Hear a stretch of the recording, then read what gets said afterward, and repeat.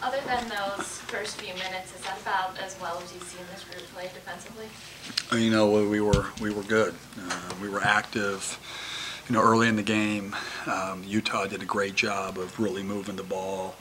They were going in, they were kicking it out. They took the shot clock all the way down, and teams can do that when they have the lead. You know, they had most of the lead early in the game, and they just did a really good job. They made some tough threes at the end of clocks, which, you know, Bearfield was hot. Started off 4 for 4 in the game. Felt like, you know, that early, his second foul, they had to take him out of the game, kind of gave us a little bit of a time to make a move, able to get a 6-point lead at half. And in the second half was, I think, one of the best periods, 16, 17 minutes of defense that we've played all season. We were active, we were talking, we were aware, and then most importantly, we finished with rebounding. In the first half, they got a lot of second chance baskets. I think they scored 12 second chance points. But I tell you, he's a heck of a coach. Those guys execute, and it was a tough challenge.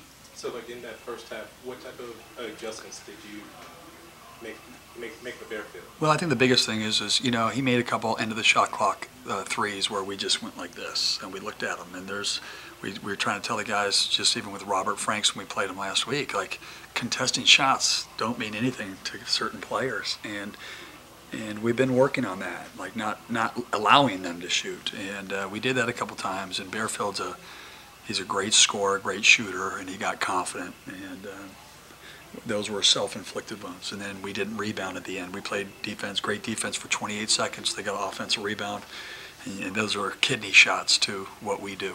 And so our adjustments were more awareness, more activity, and we had to want the game more than they wanted the game, and our guys showed that in the second half. How big of a key was it to turn them over 18 times and then only have 9 turnovers? It's huge. It's been that way with our defense all year. Last time we played them, we had 9 blocks, 9 steals. Activity. Matisse Thibault, his line was another incredible day. I thought Hamir Wright played great. You know, you'll look at the thing and say 1 point. He was active. He blocked he blocked a big shot. Sam Timmons early made a couple plays on Jace Johnson. He's not a great foul shooter. You know, those are big plays. Those are awareness plays. We were active. We didn't give him anything up until late in the game, in the second half. So proud of the guys. They were locked in that second half. Utah went almost 16 minutes without a field goal between the end of the first half. Yeah. Is that something that actually registers with you in the game, a run like that? Well, yeah. I mean, listen, yes. I mean, you know that our defense is rolling, and you can't let off the pedal offensively, defensively, whatever's working for us. And defensively, we were just really active. I shortened the bench today. You know, I was playing Jamal in the first half. I just went with my gut to how the game was being played, and we were just more aware. This is the bottom line. And when you play against great players, they're the #1 offensive team in the league. They score a lot of points. They're very well coached, and you have to be really active and you have to be really aware. And that's the adjustment. It was just basically, you know, getting them back centered and focused on what our game plan was. Now, let's play 20 minutes in that final session. What did he mean? You checked him out for David, I think, early in the first half. What did he mean to me tonight? I thought Nas came out, and when he brings energy, he's incredible. And you know, we could space them out. They start like in a zone, and then they went to man, and so they cause a lot of problems. It takes away a little bit of your set plays. You know, you try to run some man-to-man. It's awkward. They do a really good job. It kind of messes you up a little bit. And when we got some space, Nas has that ability to take you on the bounce and then score and make things happen. And he's been good against Utah this year. He had a really good game tonight. We had 5 guys in double figures offensively. Wasn't a great offensive game for the most part, and that you got to credit Utah.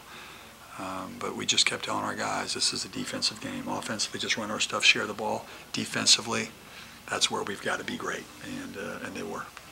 You got some time off, you know, during the Washington State week, you know, just not a lot of games, but it almost give you a little bit of a rest and almost seem like you're starting a second season again.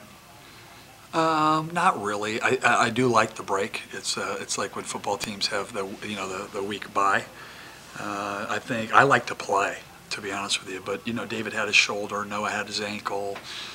We looked, like we were a little, I thought, fatigued. We had just gone through the flu, went through the team. And so to have that week, it was almost God, the man upstairs, giving us that week. We needed it during that time. Does that make sense? And so it wasn't really to reestablish anything other than we needed rest. This thing is all about energy. I watched a couple of top 25 games today, and some of the teams just look like, it's like the dog days of winter. No legs, no shooting. And so, that time was great. It was big time for us. Do you think these guys know just how close they are to that Pac-12 title? I'd probably be naive to think that they don't, or it's not on Twitter or whatnot. I tell the guys, we haven't done anything. The only thing that we can do is control is when we go out there and play. And we try to win every game. I don't look at the where we are or what we are. My wife comes in there, she's like, "Honey, did you read on Twitter today?" I'm like, "Don't tell me. Like, can't do anything. Let's just coach this team and let's focus on how we can get better." And What has it been like for you? I mean, to watch their confidence with this defense grow to the point where they've been able to play like they have for so much of this season. It's fun. It's a lot of fun, and when you can hang your hat on something and something that's really, really good, and most importantly, it doesn't matter when anybody else thinks it's good. It's when you think it's really good, and that you have that belief, and you got to, guys that understand it and can make adjustments. And that's when you're different. And I'm just happy for the seniors, our program, to have success. To learn how to win. We're learning how to have a target on our back. We're learning there's all these new areas that we've uncharted territory. We're in the boat trying to find America. And so all you can do as a coach, and what I've realized is, we got to focus them on, playing together and understanding our defense and executing our game plan. If we can do that, we can beat anybody. And but we also proven that we can lose to anybody. So all that other stuff doesn't matter. Couple more guys. Yes, for a crowd, you got it tonight. Wasn't it awesome though? Because we were struggling defensively. I just felt like our energy. It was like, I don't know. Sometimes you need your second wind in these games. I played at home and at the Cuse, and I'd be playing, and I wouldn't have any saliva back. I had to get a timeout just to get my second win. It seemed like that. Then so I started subbing a little bit. And all of a sudden, when we were down and we were coming back, the crowd was incredible. And I'm telling you, as a coach, as an ex-player, it means something. It means something. And I think that helps our defense too. I mean, that was just live. That was awesome. We had a period where it was really loud, and that was big time. Dog Pack was incredible.